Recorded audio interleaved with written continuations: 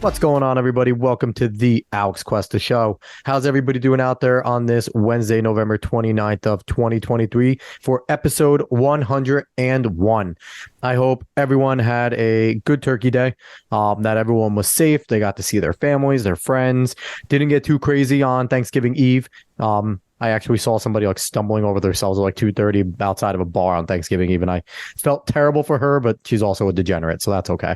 But before we get going into any of the fun stuff, like, share, follow, subscribe, rate 5 stars, Spotify and iTunes. Spread this word of mouth and go look for us on social media. Just go search the Alex Cuesta Show. You'll find it there. Go give us a follow. So before we jump in, Dave, we had a fun show last week. It was me and you again for episode 100, which I thought was a really good time. We talked about our new superhero, Javier Milei, which, I mean, met with Bill Clinton, is going to... We'll see. I mean, he's a libertarian, so libertarians are not necessarily fully on the right. So, again, all I know is that if I just hear him, he can win me over, right? He could be a socialist. As long as he just keeps screaming afuera at everything, I might still follow him because that's just awesome messaging. So, lie to me, but make me happy, I guess. That's politics. But this week, we have a fantastic show ahead of us. We are always pumped when we have somebody that is vying to be a part of the government and looks like she might be fantastic. So this week's guest, we have Mara Macie. She is a U.S. congressional candidate for the 5th District of Florida. Her spouse is active Navy DMED, which is Defense Medical Epidemiology Database. I said that right. Whistleblower. So what's going on, Mara? How are you? I'm doing well. How are you? It's good to see you. Yeah, I'm doing fantastic. We're going to have some fun. So we're just pumped. You are the second potential congressional candidate that we have had on. We had Derek Evans on a few weeks ago from West Virginia. And, you seem like a patriot as well. So I am pumped to talk to you. So first things first, you're running against John Rutherford. He's the incumbent. He's absolutely god awful. He has like a Liberty score of like 50 something. Like it's worse than most Democrats. He was staunchly against Jim Jordan, which I hate when, all the establishment people that were against Jim, I can't stand. And I'm pumped that you are looking to step up against him. This is tough. He's going to get a ton of money. What makes you want to run for this seat?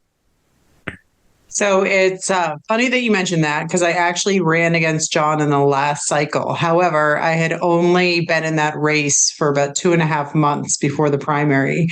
And I gathered it was an open primary. So there were no Democrat candidates, which made it so that Democrats could vote in our primary. And they weren't voting for me. That is directly from some Democrats' mouths. They called me an extremist, because I actually have conservative values. And they said, I can't believe I'm doing this, but I'm actually going to vote for John Rutherford. And it just shows you where he is on the political spectrum. He is proudly someone who reaches across the aisle, and you can't negotiate with terrorists as far as I'm concerned. So that's not likely to be me, but I got into that race because my husband, again, he's a DMED whistleblower now, but back then we were facing the possibility that he was going to be separated from the Navy due to the vaccine mandate, or should I say shot mandate, because it's not a vaccine. And he, at one point, we had considered he might be the one that would end up running because we thought he would have been separated and he wouldn't have gotten his pension until he was 60, if he got a pension at all, depending on how they separated him, that whole instance. But that's because he has 3 years reserve and he is almost on his 20th year active. He'll be retiring next October. But when we thought it was him that was going to run, I was like, okay, I can support this. We can do this. But then as soon as the Navy got an injunction out of Texas, so they couldn't kick anyone out.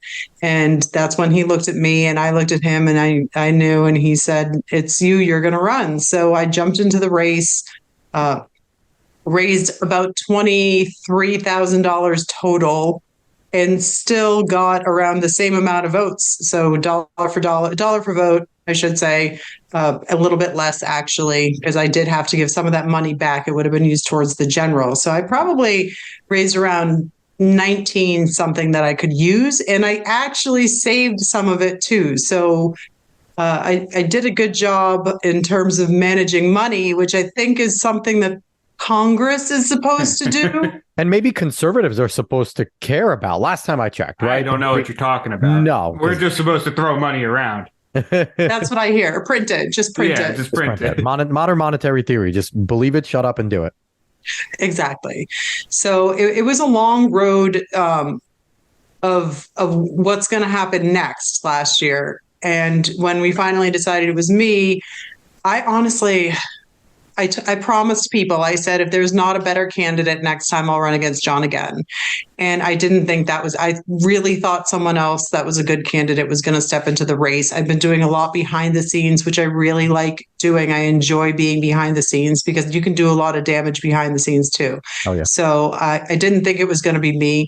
But when John opened his mouth and said what he said about Jim Jordan and then Matt Gaetz, he went after Matt Gaetz, and people were just calling me and texting me and saying, you said you would do it. And I was like, yeah, I did. And I will, because the fact of the matter is this problem isn't going to fix itself. So I can't count on John to do it. And I certainly can count on the establishment to possibly throw in another candidate that they're gonna frame as a grassroots candidate or constitutional conservative, whatever they're gonna do. I bet you it'll be a lawyer. I bet you it's someone who's already got deep ties to the Florida GOP. And if you follow the money, we will see that it'll be John Rutherford 2.0. That's really what they do. They just replace the old candidate with the same person in a newer form. Yeah. And, one of the things that's big about running and the decision to run is your family is going to get exposed to a lot, right? When you run, but your husband was already a whistleblower. So the government was already trying to go after him because regardless of what the whistleblower law is, when you whistleblow on the government, they are going to try and destroy you, legally or not. They don't want those things coming out. Look at, Julian Assange, look at Edward Snowden, right? Whether you agree with them or not, they were whistleblowers, especially Snowden. Assange is a journalist, but Snowden was a whistleblower in a way. So he should have been protected and been allowed to come back, but they're never going to let him do that. So you guys didn't have that much of that decision because it was like, we're already out there anyway. So let's just jump in. And like you said, you did it last year. So they were already trying to mudsling. So it's like, I think it's great that you're a person of your word, right? A woman of your word. And that goes a long way because a lot of people will say, yeah, I'll do it. And then when push comes to shove, it's like, I did it last time. It was tough. I don't want to do that again, but here you are trying to do it again. So I think that goes a long way to showing people that support you that they can trust you. They can believe you. And that's really big in politics. I don't think anybody trusts any politicians anymore right now. With good reason. I mean, they don't have a great track record, but that is the one thing that I've always been very consistent about. If I say something, I mean it. If I don't follow through on something, it's not intentional. It's either it was impossible to follow through on or just a miscommunication. I'm true to my word. I was raised with integrity. I come from a long line of police officers and good ones, not the corrupt police officers. I have history dating back to the Revolutionary War. I'm actually going to be next month officially sworn into DARA, Daughters of the American Revolution. My roots go deep in this country. My ancestors were Poconokeets. They ate Thanksgiving with the Pilgrims. So, I mean, I had no idea. So the story goes that way. I learned something new tonight. Poconokeets, yeah. I mean, you can't compare to Elizabeth Warren, though. Like, you're nowhere near as Native American as she is. You see, she's Cherokee. So even though we're both originally from Massachusetts, she's living in my people's area. So I think it's time to go to war. Just like, warring tribe her. I am very much down with that. She is your typical Massachusetts liberal. And I've never been a liberal. You can ask people I went to middle school with. I've always been a conservative. So I do get a lot of people that are like, well, you're from Massachusetts, or you're just pretending to be a Republican. And it's like, no, I'm not. And I will admit, at one point in Massachusetts, where I originally registered to vote, I was unenrolled. But I was unenrolled because I could see through the garbage back then that the Republican Party, they were just as crappy as the Democrats when it came to living up to their word. So I was unenrolled because of that way. In Massachusetts, you can actually vote for either or. So if I'm unenrolled and I walk into the primary, I still get to vote. And I can choose, do I want the Democrat or do I want the Republican ballot? Now, I never asked for a Democrat ballot, but I will say one was sent to me when my husband was stationed in Spain because I was unenrolled. I guess it would be the supervisors of elections or the town hall or whoever sends out the ballots in Massachusetts, assumed I wanted a Democrat primary ballot. I will tell you, I still have that ballot. It was from 2008. I still have it. Actually, yeah, but it was 8. It was 8. Hillary Clinton was on it. And I was like, what is this garbage? I'm not voting for these people. So it is a challenge being from Massachusetts and having to compete with the likes of what's her name? Elizabeth Warren. Yeah. I was going to call her something else, but that's Pocahontas. We can call it Pocahontas. But, I do have to say to everyone out there, if you're doubting that people from the Northeast can be conservatives, David and I are from New Jersey. We're from Jersey. I'm living in New York. Guys, we exist. If you don't live in a city, you're probably leaning to the right. And that's everywhere. The cities are very left, especially in the Northeast areas, and they're very dense. Hence why a lot of the Northeast goes blue. But if you talk to majority of the people outside of the city, they are leaning to the right. So people in Florida, stop being jerks. Be nice to Mara. She is a conservative. And don't be mean to people in the Northeast. We don't all suck. But I want to jump into the military because obviously you have a strong connection to the military with your husband being in there. There's a big issue. Now, your husband's looking to retire, and that is going to be another hit to the military because I think outside of Marines and possibly Special Forces, every single bit of recruitment is down and not hitting their marks. Obviously, there's a lot of things going on. They're promoting wokeness. They like drag queens now and the shot.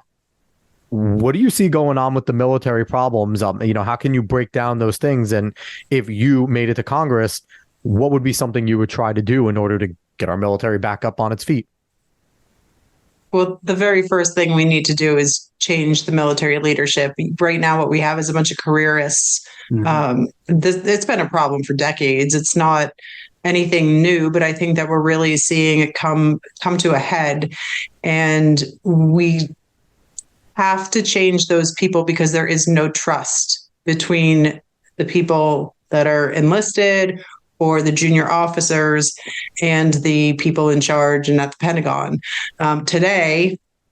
Earlier today, my husband had a video out from a couple days ago, and he got a phone call from his officer in charge, that's his boss where he works, who had a phone call from his commanding officer over at the Naval Hospital. And the video that my husband had put up, she directly ordered him to take it down.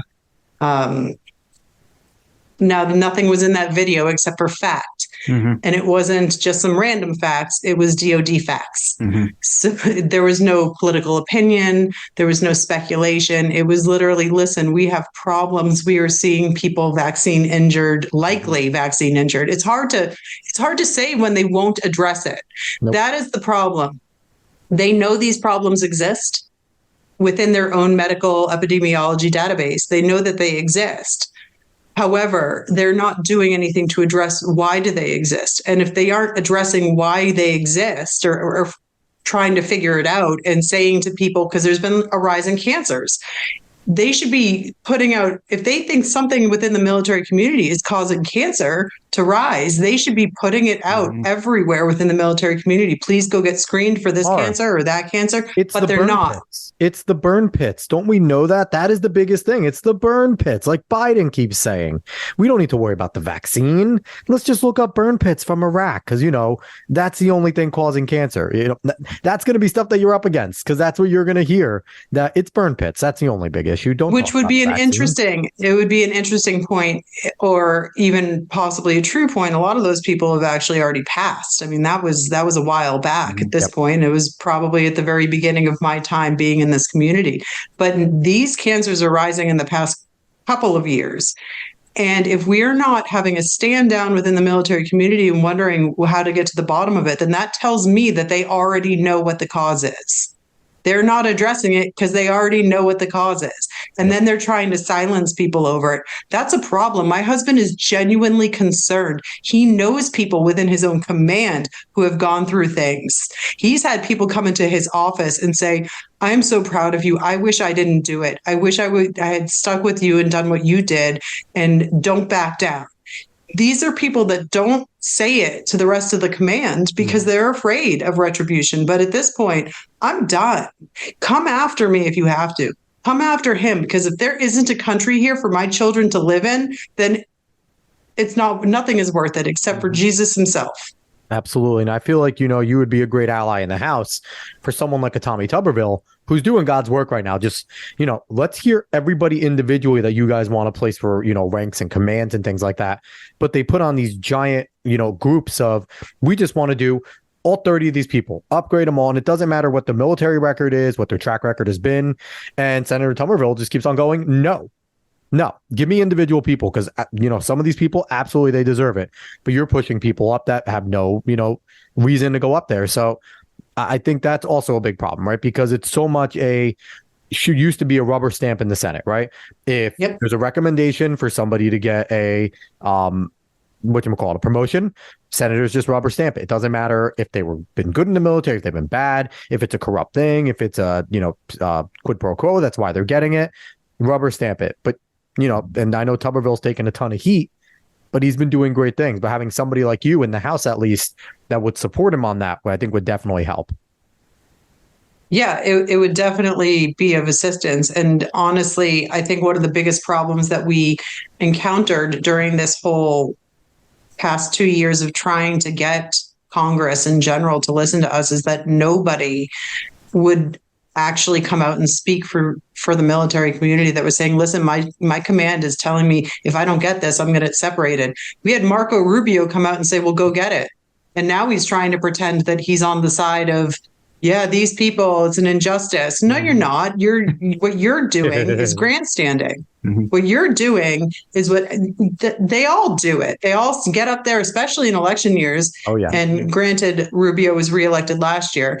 But they all get up there and they all say, we need to do this, that, and the other. And they say all the right things. But when it comes to action, you get nothing. And these people did nothing for our community. And now they're all jumping on the train of, well, let's get them reinstated because we're having recruiting problems. No, these people don't want to come back to your corrupt military. You need to fix your leadership before anybody wants to work for you people again. And I think I was listening to Pat Gray Unleashed on the Blaze Network about, a few weeks ago, and they talked about that the military let out a number that they tried to call back. I think it was like 3,000 people or something like that. And I think the number was something like that. It was something crazy. And only 13 of them or something like that came back. And it's like, why wouldn't they go back into civilian life? Why wouldn't they stay there and not come back to the military when not only did you kick them out, they were demonized. Quite literally, anyone that did not get the vaccine or the shot, because I haven't called it a vaccine, I've called it an advanced pre-treatment. For the most part, it was a pre-treatment. It's not an actual vaccine.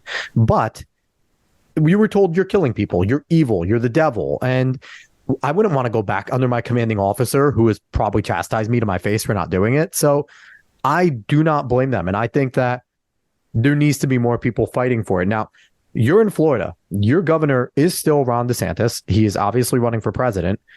He's a military man as well. He's served in the military, and his reasoning for serving, I think, is fantastic. Everything went down in 9/11. He wanted to serve. I give him credit for that. How do you think he would be on the military now? What you know about him and everything like that? Would he be somebody that would be on your side fighting for this stuff? I mean, I can say at the very least he would grandstand about it, but that doesn't get us anywhere. That doesn't get us anywhere. I know that my husband has personally reached out to our Surgeon General. He has my husband's phone number. My husband said, I can get all the military people you want to come out and help you with this. They claimed they were going to do, a grand jury and look into all this stuff, and they've done nothing. So honestly, I think you really have to, and I'm going to say this again, I'm sure, but you have to follow the money and watch the ties. Yep. Anybody's soul can be sold for the right amount of money if they're interested in money. Now, not everybody is interested in money, but I'll say most people are interested in money. I'm not one of them. I grew up in a wealthy town, and I've seen that it doesn't really do much to make somebody happy. I was happy with my private life. I was happy not being plastered all over the place. I would rather just live my life the way it is, raise my children. But money does a lot for a lot of people. You have to be careful. So I to answer your question, I've seen some of his connections. I've seen some of the political things that have gone down in Florida, and it's not all roses. And you would think, the great free state of Florida or somewhere like Texas or somewhere like, South Carolina, where we hear all these people, North Dakota, somebody would want to hear a whistleblower thing. Some surgeon general would reach out to your husband and say, hey, what's going on? This is a federal thing. We want to take it up in our state. We have military members from our state that were obviously affected by this. And, this just kind of goes to show what the problem is with the Republican Party and with politicians and with people that are in political seats.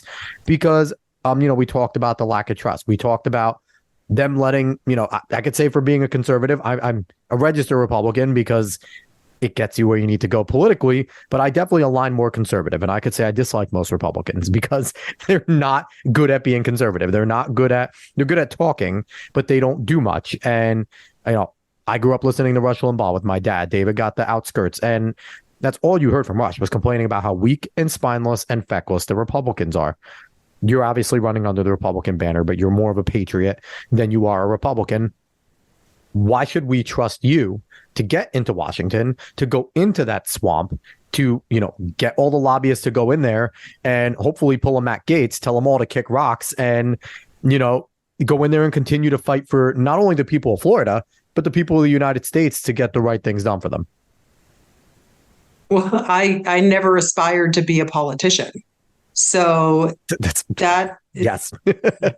As much as I've followed politics I kid you not, when I was in 5th grade, we had this project where it was everybody's parents kind of let everybody know who their connections were. One guy knew the weatherman, someone else knew the guy who owns the most popular restaurant in town, and someone knew a state rep, and we all had to pick someone to go and write a book, like a 5th grade book about, right? Yeah, I picked the state rep. So granted, it was a Democrat, or he was a Democrat. I mean, I don't know, though. He might not be a he anymore. It's Massachusetts after all. Yeah. But that was what interested me. So I've always followed politics because I always wanted to be knowledgeable on it, but I didn't want to actually be the politician. I just wanted to do my civic duty, go vote, participate. And little did I know, I wasn't even doing that right. I didn't figure that out until a couple of years ago, right after all this stuff happened. And I realized how we keep ending up with the uniparty. So I knew that if people like me don't step up, who will? And, so what risk do you take exposing what the establishment does by running these quote unquote grassroots independent candidates? We saw Blake Masters over in Arizona, I think, have that happen to him in the last election where, Ronald McDaniels was obviously complicit and did not give him very much money, even though he was a solid candidate. And then there was an independent candidate running. And we all know how that went, that they were, on the left, even though they said some things. You run a risk, obviously, being in a red state now in Florida. There's obvious risk there calling out the establishment and people who, in the end, you would possibly want to look for support and to possibly get money. So how is that being a full and total outsider? And what type of support have you gotten? Have you gotten any support from any, senators or any congressmen that are outsiders like you trying to get you in there? So to be quite frank, the RPOF, the Republican Party of Florida, is not my biggest fan. They're also not my husband's biggest fan. When we call them out on social media anywhere, we're the only people you will notice they will not even engage with us. They do not want people recognizing that we exist, because they understand that we have a pretty big reach in terms of this whole military community. They don't want that to get any bigger because that's a threat to them. So they are not knocking down my door asking me to help them or them to help me. They're not offering me money. And frankly, I wouldn't take it. I wouldn't take their money because I know where it comes from, and I know about how it gets tossed around through the PACs. I know all the big names of the people that do that. PAC washing is what some refer to it as. And I don't want any of that. It's money from developers, from real estate, from insurance companies. If you see what's going on in our state with insurance right now, our insurance rates have gone through the roof, but guess what? They're making some pretty big donations to some RPOF people. So the laws are being written in their favor. And we've had a lot of that too here in the state. We've had a lot of laws labeled with misnomers, such as constitutional carry. We don't have constitutional carry. We have permitless carry. But it doesn't matter because they tried to play it off like it was constitutional because it sounds better. You know, that pesky little document, the Constitution, which we were supposed to be following, and somehow we veered off that path. We also had an election integrity bill. It labeled election integrity misnomer. It made it more difficult to request an audit. You can be arrested for trying to hound the SOE. Oh, Jesus. And not only that, it's literally they added in that DeSantis can run, didn't have to resign to run. That's insanity to me. You don't change the laws for your benefit. And they're going to sit there and go, oh, well, it wasn't him that did it. Come on, guys, you know better. Yeah, because that was always a question, and I get it. This is his last term. Regardless, he can't run again. So that's probably what they're going to say is, well, he can't even run again. So, but yeah, no, that kind of reeks of corruption, right? That's the type of corruption that people don't want to see.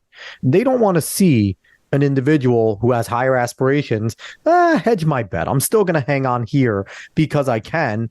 And I mean, listen, I honestly don't have a problem with DeSantis. I support Trump. I would vote for Trump over DeSantis. But, if DeSantis were to win, I'm obviously going to vote for Ron DeSantis over a Joe Biden, a Michelle Obama, a Gavin Newsom, even though aren't we supposed to be, is that debate going on with That's 14th. That's right. 14th. December 14th. So we're going to see, because me and David have said here, if DeSantis loses to Gavin Newsom, it's the real nail in the coffin for his campaign, because you can't lose to somebody with a terrible state like him. But, I digress there. So in your eyes, you obviously have a lot of, knowledge that you've come across. Is the way that they keep getting away with it, the way they are able to move money around, is that the biggest way that, the establishment candidates continue to get voted in and continue to just do nothing but always get voted in? Is it because they have such a big backing money-wise, or they have the right people with deep pockets supporting them that will help them get votes? How does this keep occurring? So those work hand in hand. If you take a look at PACs, political action committees in Florida, what you're going to find is, say, candidate X gets all sorts of money from these political action committees, max donations, sometimes even all on the same day. And sometimes those PACs are all run by the same people. So what really is happening there is, if you want to donate $30,000 to them, but you can't because there are caps on how much you can give to a campaign, they'll throw it through the PACs. They'll throw it to each other through the PACs. So one PAC will give it to another PAC, and then that PAC will give it to the candidate. And those people, at the end of their campaign, when they're closing out their committees, their personal campaign committees, they'll have, say $20,000 left over. And when you watch what happens with that $20,000, you see it comes full circle, because they'll just give it back to one of the PACs that helps them move the money around to begin with. Now, again, the big donors in terms of who's giving money to those PACs tend to be insurers and hospitals and developers, real estate. We have a lot of, as does the rest of the country, has a lot of development going up, the smart cities. Yep. And the people that are building those, some of them are actually legislators here in Florida. but they're all working together. They all work on teams. So yeah, a lot of it has to do with money. But the real truth is it's not about the money as much as it's about us. We have given up our power. Yep. We have refused to actually do our due diligence in figuring out who the right candidate is. What we do is we wait until we get a mailer or a phone call or a text campaign asking me, do I know of these candidates? In the polls, they'll skew them intentionally. They'll leave out other candidates just so that you think that the race is only between two other candidates. We aren't doing our job. We aren't talking to our neighbors. We aren't talking to our friends or our family. We need to be educating people on, listen, if you're hearing about someone on a television ad or you're getting a mailer bashing a candidate and praising another candidate, find out who's paying for them. Because once you find out who is paying for those, what you will realize is that these aren't people getting donations from we, the people, the Americans that are looking for change in this country. We are complacent in our own demise. We're letting the establishment tell us who the race is between. So they'll expect that if you're a primary voter, all they have to do is throw a bunch of mailers your way and you're going to vote for their guy. You know what? They're right. Unfortunately, they're right. And then by the time the primary is over, you walk into the general election, you're going to have ideologies. You're either going to go left or you're going to go right. So it doesn't matter. Like you said I'm a Trump guy, but I'm going to vote for DeSantis. That's what they're counting on. And I'm not trying to, degrade what you're saying or how you feel, but that's exactly what they're counting on. Obviously, I think we're going to be voting in the primaries. Nobody here isn't voting in the primaries, I'm sure. Absolutely. But you will also notice a huge difference in the amount of people that vote for a school board position versus a congressional position. We need to know who we're putting on the school board. Absolutely. If you don't know who you're voting for, you shouldn't be voting at all. And if you don't know who the school board candidates are, chances are you don't really know much about your actual congressional candidates or your Senate candidates or your state reps. You are either all in or you don't really know what you're doing.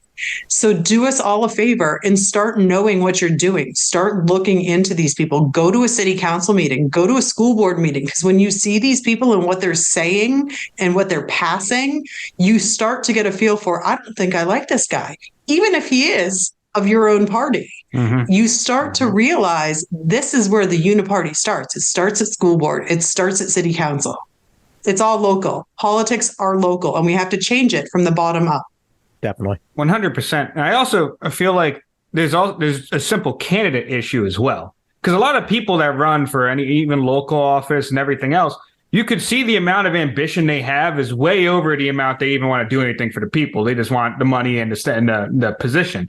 When you might want, especially if you and a bunch of people seem to agree in the same area, look, you might not want to run. It's a bit regrettable to run. It's a little bit of a hassle. You're going to have to do a lot of things. But unfortunately, if you don't do it, or if someone who has the best speaking arrangement, if someone who has the best, wow, I'm losing my words on this one, but someone who's actually good at being able to communicate with everyone, unlike me, then they could run and actually get in what the people of that community really want to get done, instead of the guy or the woman who has just the ambition to get in that seat. Because just ambition alone is usually what leads to people just taking the money and then doing whatever they need to do to stay in that position. That's right. And honestly, that seems to be what most politicians are now. It's just it's climbing a ladder. Yep. So, for instance, there's a congressional district here where the current congressman, he went through all the steps. He just termed out of state senate last year. 2 years ago. It was last year. So he won the U.S. congressional district. This guy, he's just a puppet he's run by the same people that run John Rutherford, by the same people that run all of the local candidates. I'm talking, these people run people from the local school board all the way to the federal offices. Yep. And we fall for it every time. Yep. So I think one of our biggest problems that I've seen, in my life, the Republicans are awful at ground game. and even, the patriotic front, that, more of the populist nationalist type of Republicans that we're seeing that, I would like to see get in office more. Still terrible ground game. Like, and where you have the left, they have an incredible ground game. They get the youth enthused. And we're all looking and going, wow, for the next election, we need to get this group, instead of going, okay, not the next election, not the election after that, or even the third. We want to start winning and really winning big in the fourth, fifth, sixth, so we can continue a generational thing. We're so short-sighted as a party where we're so worried about just the next election. The leftists are willing to lose for years and years and years, which they did, right? They weren't big for a long time.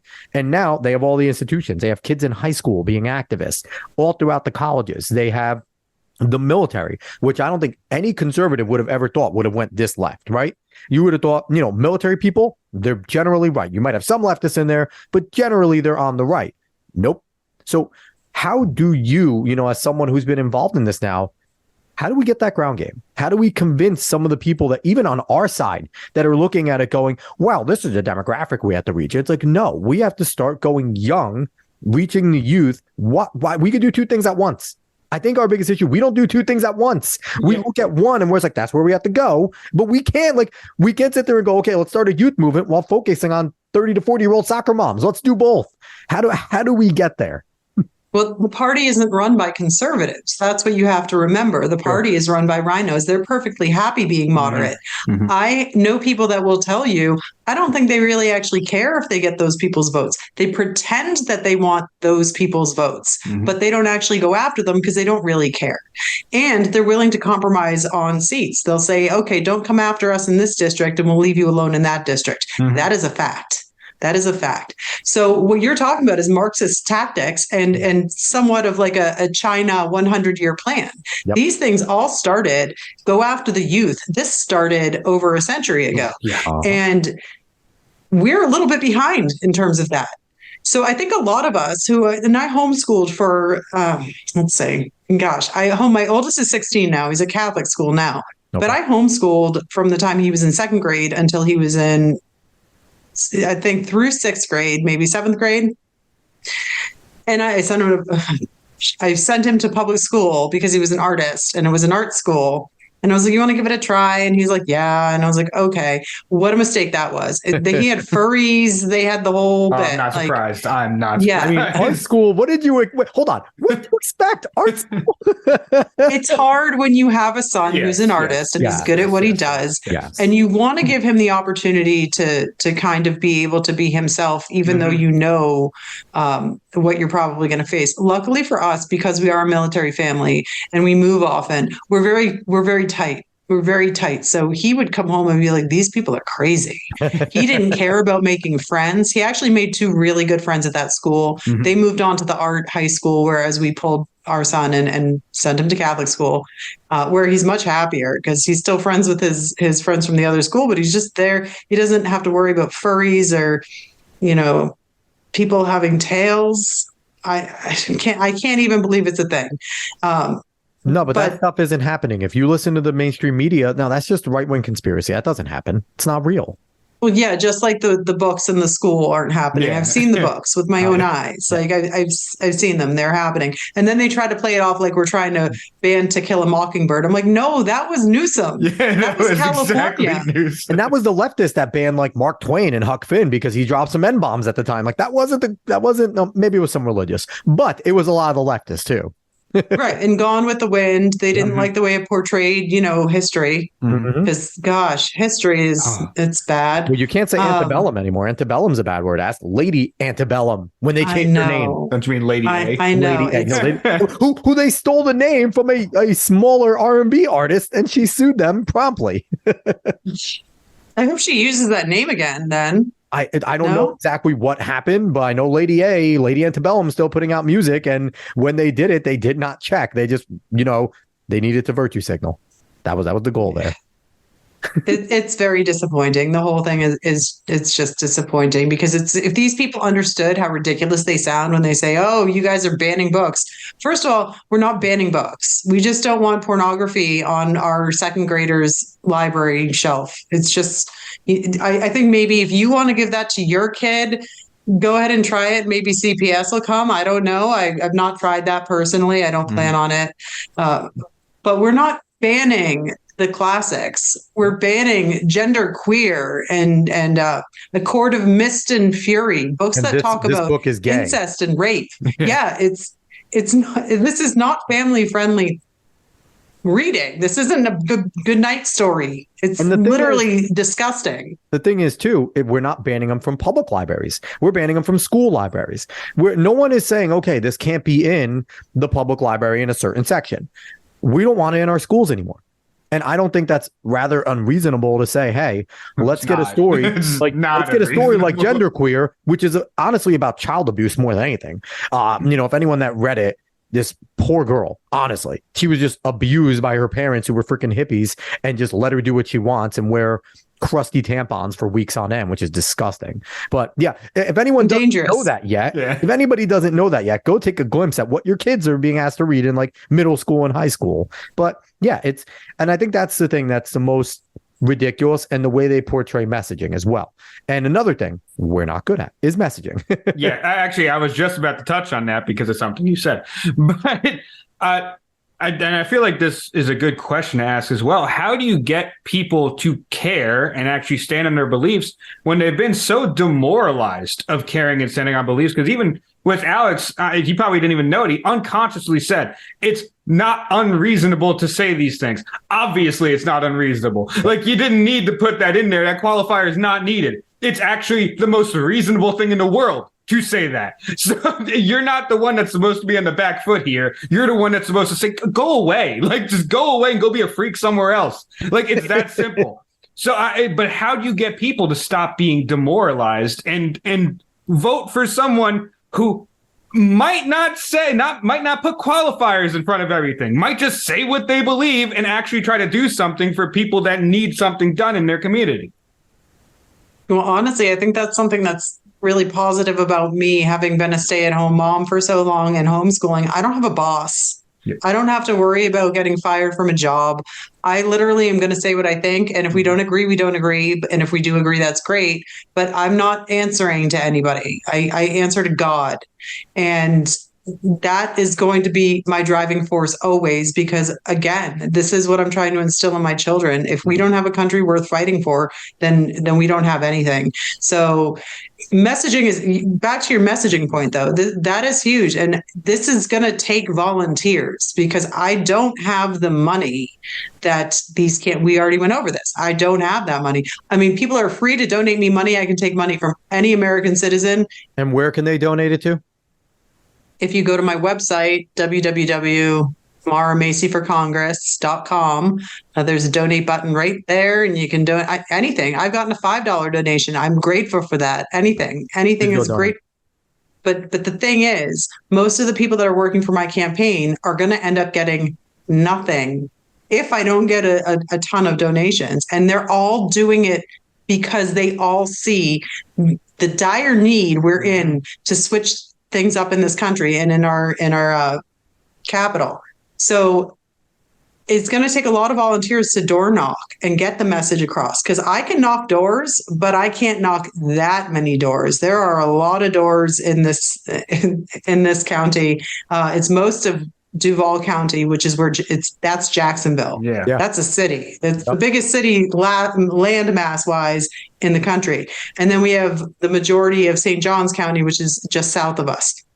So it is going to take a lot of volunteers. I am happily accepting volunteers. Again, I'm happily accepting money, but I'm also happily accepting people on social media who are from anywhere in the world, even, because they can all share my message. They can all follow me and retweet or quote tweet, even if you want to say, listen, I can't vote for Mara, but this is the type of person we need. I mean, these are the things we can do for each other outside of the area. You can't vote for me, but you can still help. And it's free. Yeah. And, and this is where America First needs to really show its colors, right? Because you can yell America First all you want. You can make, your little videos or anything. But if you're not willing to go out there, get home from work, kiss your wife or your husband, kiss your kids, and go, I got to go for a little bit. I got to be out for a few hours. I got to go help get a candidate that I want in, even if I go knock on 20 doors that day. That's 20 doors that somebody else didn't need to knock on. And it matters. If you can only go give an hour to a campaign a week, that hour is somebody that is now filled that they don't have to do. So don't think that just because you're busy and you can't give a lot of time, anytime you can give to these campaigns, go sit in their campaign office for an hour and call people. That matters. Those types of things matter. And if America First really wants to be a real thing, we need people to step up and do that. And this is also to college kids. Don't just make videos about you standing up in college, being a good, strong conservative or populist. If you're a part of a young Republicans group or a college Republicans group, find candidates that you guys want to help. Be useful. Don't just sit there and try and be strong on a leftist campus. Go into your communities that you are in for school and go help. This is the way we win. It's not winning by sitting there going, well, somebody else will do it. That's always been a Republican thing. I'm working, I'm tired, somebody else will do it. And that person that's going to do it is you. You need to get off your ass. And this is kind of me calling out this whole movement, because if we can't rally around our candidates, then it's not a movement. It is just you saying things. The difference between the leftists and the people on the right and the populists right now is leftists will go out in droves. They will go. And I know a bunch of them are paid by activists. I get it. It's hard. We don't do that on the right. But we do have majority of the people in this country. I am fully on board saying that majority of these people in this country are conservative, even with the cities included. If we had half of them give time every single week to help candidates that they want, we will landslide people. And that is what we need. And we need that from Mara. We need good patriots in Florida, where Florida, step up. You guys are supposed to be this bastion of freedom right now. You're super red. You're this, step up. Let's get Mara in office. And that is me calling them out for you, Mara. Well, I appreciate that. It's definitely needed, and it's needed all across the state, all across the country.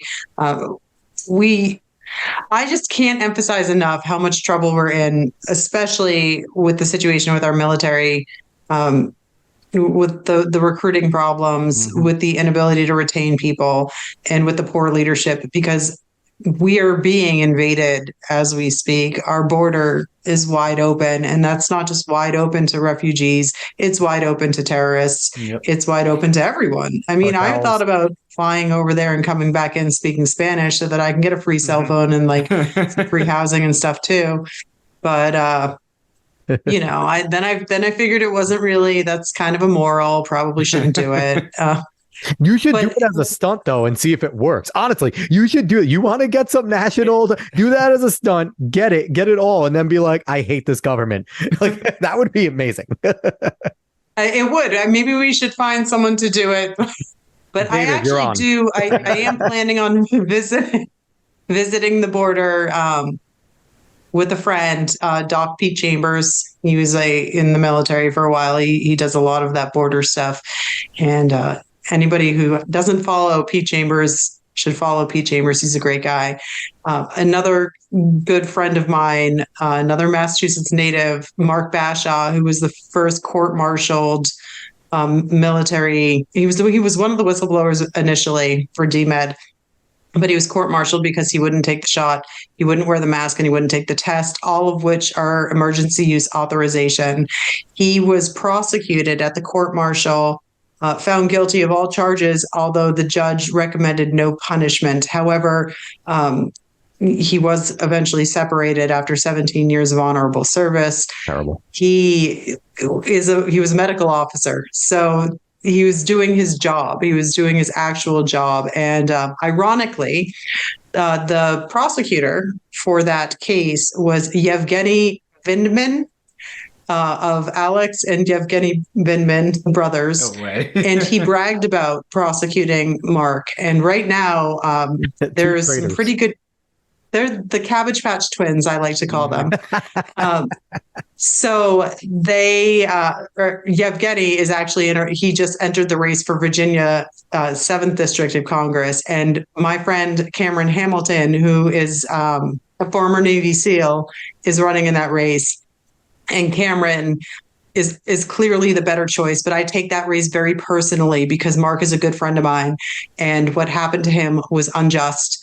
And that man, Yevgeny, was actually bragging about it and calls himself, he thinks he's honorable, he thinks he's a hero. He is partially responsible for the decimation of our military. If Donald Trump doesn't come out and have Alexander Vindman arrested the moment he gets back in office, there is no vindication because that man is an absolute traitor. He is a terrible human. Both of them. But at least, Alex he's paraded. He came out. I don't know who the whistleblower is. The man's full of shit. And, I hate that guy. By the way, his name does not represent all Alexes. I do not suck like he does. But oh, no. So you be quiet over there. But so I realized I don't think we touched on exactly what your husband whistleblowed in the military early on. We talked about it. What exactly did your husband whistleblow on? And how, say as much as you could say about it. I obviously don't want to get anybody in trouble, but yeah, what exactly did he whistleblow on?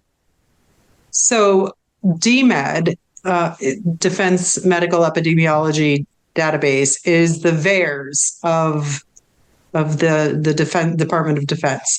It records active duty ICD codes, essentially. So you can't, people will argue, I'm sure you've heard this one, people can just go in and log in their own stuff into VAERS. Mm-hmm. Therefore, VAERS is unreliable, even though VAERS, just like DMED, is a system that was put into place so that we could see the red flags happening within our communities.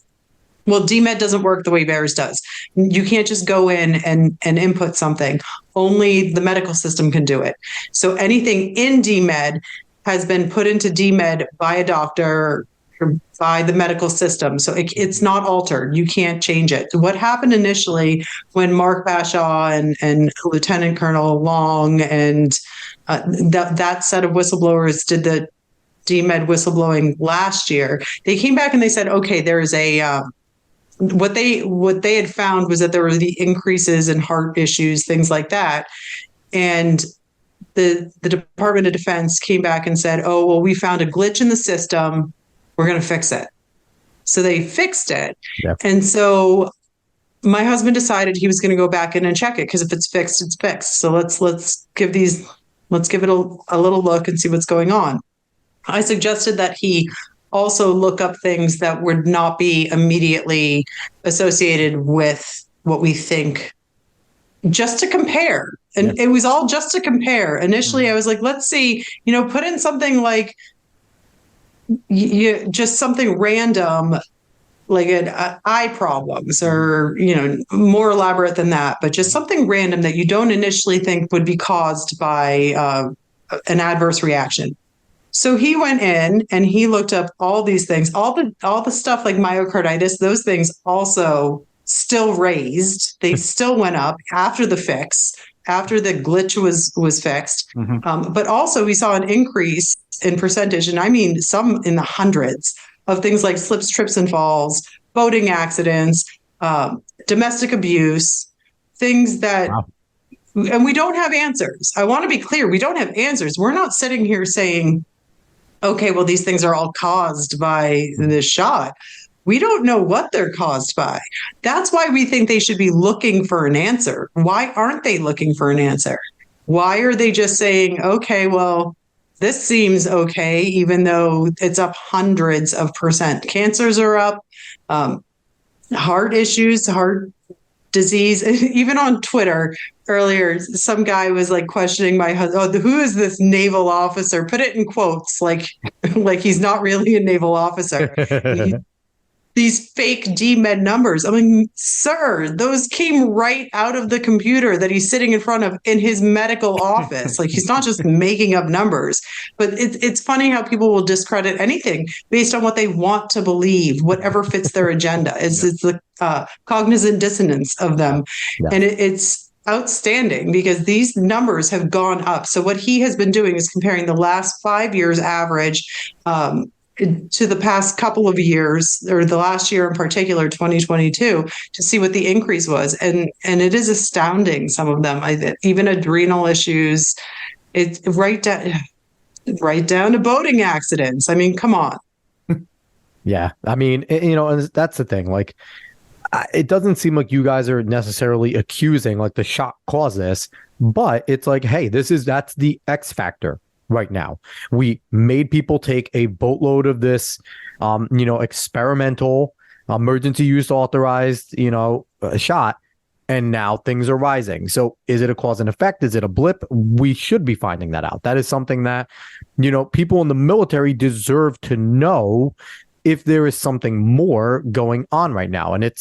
But again, this is something that we will find out in 20, 25 years, and they'll go, oops, sorry, guys, because that's basically what our government does. Yeah. Unfortunately, I think we're going to find out a lot sooner than that because the effects are very detrimental. And like you said, we are not sitting here trying to say it is a cause and effect of the shots. However, their lack of action and their lack of looking into the matter only leads us to believe that they already know what it is. When you're not giving people answers, they make their own conclusions based off the facts that they have. That's just how it works. Go ahead, Dave. Sorry, I keep interrupting. Yeah, no, it's fine. I was going to say, and even like, because you said, it's not taking boating accidents and everything, but the fact of the matter is that you are siphoning recruitment.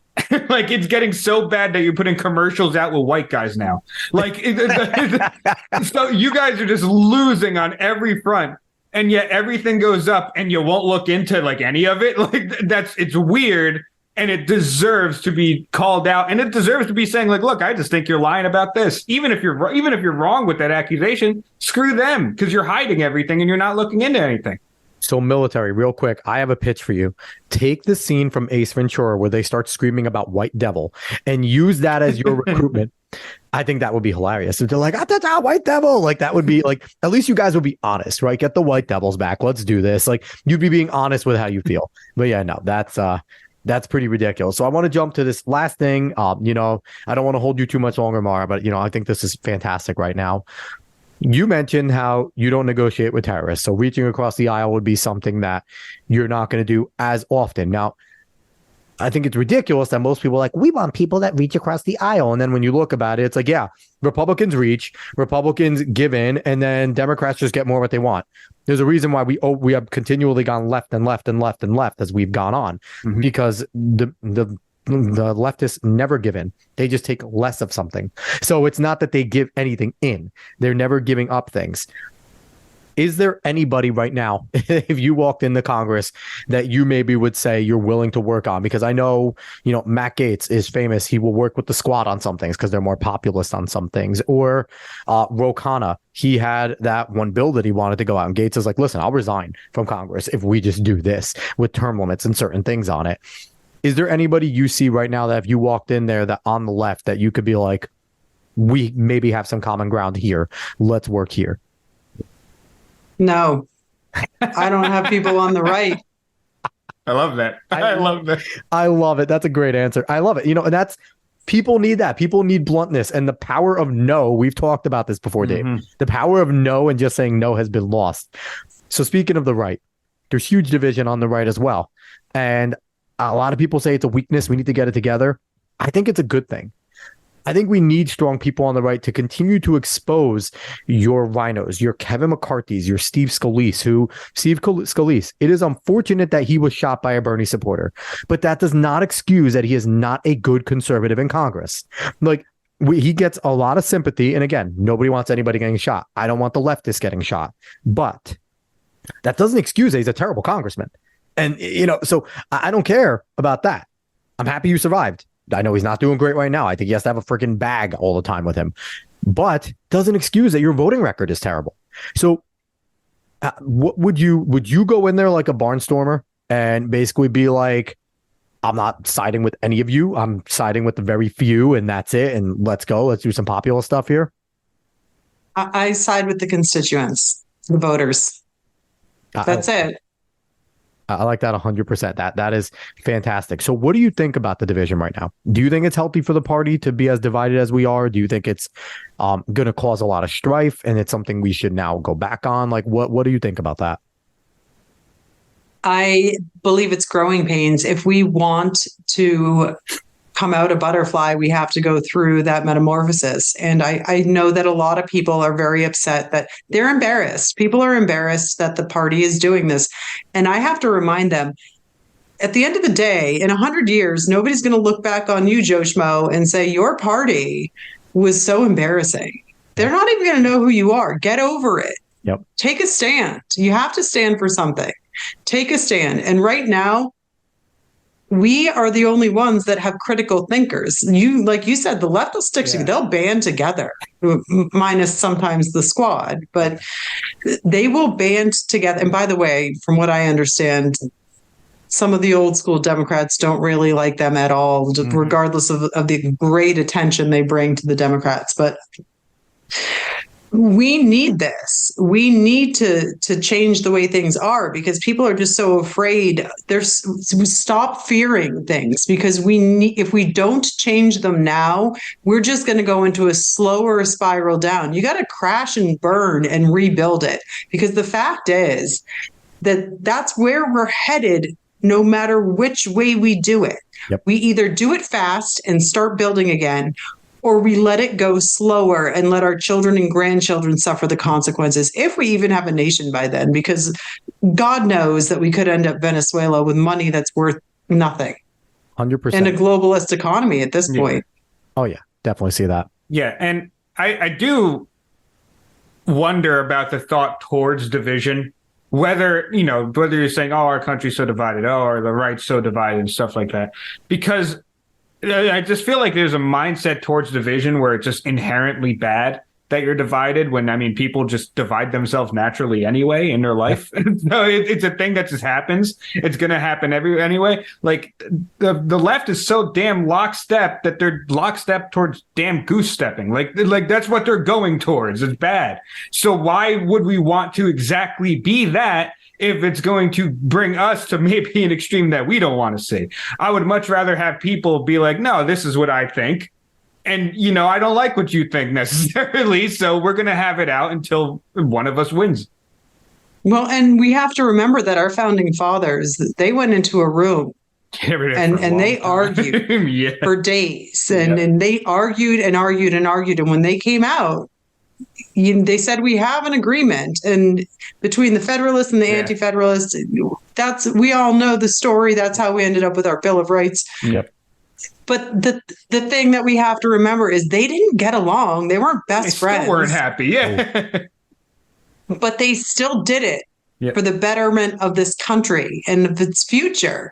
So when I hear conservatives say, well, I'm really embarrassed, and I wish that they didn't do this because it makes us look foolish. You know what makes us look foolish? Continuing to vote for the uniparty establishment machine and side with the left half the time and say we have to come around to this because we're going to lose based on that. No, I will not give up my moral principles. I cannot tell you that I need to not talk about abortion because people don't like it. I can't not abortion because it's wrong. Mm-hmm. You don't just pretend it doesn't exist. So we need to understand that the right is made up of critical thinkers, and that's why we don't get along. Don't just let someone else tell us what to believe. We have our own morals and our own principles, and we push for those, and we should continue pushing for those. 100%. And, and I think that you're somebody that when you get in there, I think you're going to beat John Rutherford, because John Rutherford's kind of a breadstick too. So you have a personality that helps. I think you're going to beat John Rutherford. I think that you're going to represent the state of Florida and the American people very well. And I absolutely really appreciate the fact that you decided to come on this podcast. Thank you so much, Mara. Thank you guys for having me. It was a great time. Yeah, it was amazing. Once again, she is Mara Macie. She is running for Congress. No. Go ahead, Dave. I forgot my non sequitur. Oh, do your non sequitur. Go ahead. You ran us off. Oh, go ahead. Do it. You need your non sequitur. My segment. Yes. But it's around Christmas time. It's damn near it. Turkey Day's over, so we could actually ask questions about it now. Do you like Christmas music? Not Christmas music. 1, 2. If you do like it, what's your favorite song? Oh, wow. So I love Christmas music. Okay. Because I know let me be clear. No, there's something wrong with everybody. Everybody has a flaw. My favorite Christmas song is Oh Holy Night. As soon as it plays the first time, every year. I cry automatically, especially, particularly, I should say, in the part where she or he, depending on who sings it, even though I will say I'm partial to the Celine Dion version. Only for that song, though. I'm not a huge Celine fan. I just like that version of that song. But when she says, long lay the world in sin and error pining till he appeared and the soul felt its worth. I'm getting goosebumps right now. So I will tell you this. I do not like Christmas music that is not really about Jesus. I like Jesus Christmas music. So not into like Jingle Bell Rock. I'll sing it. I'll dance with my kids. With the vibe, It ain't my jam. Yeah. Holy night. As long as it's not Mariah Carey or Last Christmas by Wham, the two worst songs. Worst Christmas songs by far. That Wham song, and Wham was a great band. Wham is fine. I like George Michael. George Michael was but that song is horrible. Honestly, stop giving your heart away every year, you small child. Every year. Every year. And I think Ariana Grande just did one similar too. And it's like, I understand Ariana Grande is with everyone in Hollywood. So whatever. I get it. She's probably actually doing that. But yeah, no, I hate that song. And it's a bad thing that Wham sang it. Because generally, I like Wham. So yeah. Wham's great. Not that song. And I will be remiss to not mention "Oh Holy Night," the Eric Cartman version. Not as good as the Celine Dion version, but still worth giving a listen. Close second. It's a close second. Yeah, when he's getting zapped for not singing it right. Oh man, I don't know what you're talking about. I've never seen South Park. I mean, whatever show that's from. Yeah, no, South Park. Don't go see Book of Mormon, which is hilarious. Anyway, sorry, I did the Joe Biden whisper. I'm sorry, everybody. But anyway. David, thank you for your non sequitur. Always appreciated. No problem. So once again, Dave, do you have anything else to say before we jump out of here? No, I have nothing else to say. Actually, ever. I'm probably just going to go mute at this point. I mean, that's fine. That would actually benefit the show. Anyway, once again, Mara Macie. She is running for United States Congress out of Florida District 5, running against the incumbent, John Rutherford. Please do everything you can to unseat him. He's awful. He's against Jim Jordan. He is a uniparty member. He would much rather watch a Democrat win than Mara. So please, go help her out however you can. She is the spouse of an active duty Navy Defense Medical Epidemiology Database whistleblower. And again, where can people go donate? What website can they go on? www.maramacieforcongress.com. You can follow me on X, is where I am normally, at Mara Macie, MARAMACIE. I can sometimes be found on Facebook, but usually I'm just posting the stuff from X, and Twitter, Truth, Getter, all have the same handle. So you're going to get the same content no matter where you go, but go to X. Perfect. And once again, this is the Alex Cuesta Show. If you like what you heard, like, share, follow, subscribe, rate 5 stars on Spotify and iTunes. Spread this word of mouth. Go look for us on the socials. We are everywhere. Just go, except for Threads, because Threads is useless. The Alex Cuesta Show. Just go search for us there. We will be back again. We have another great show ahead. Everybody, thank you so much for listening. So long, y'all.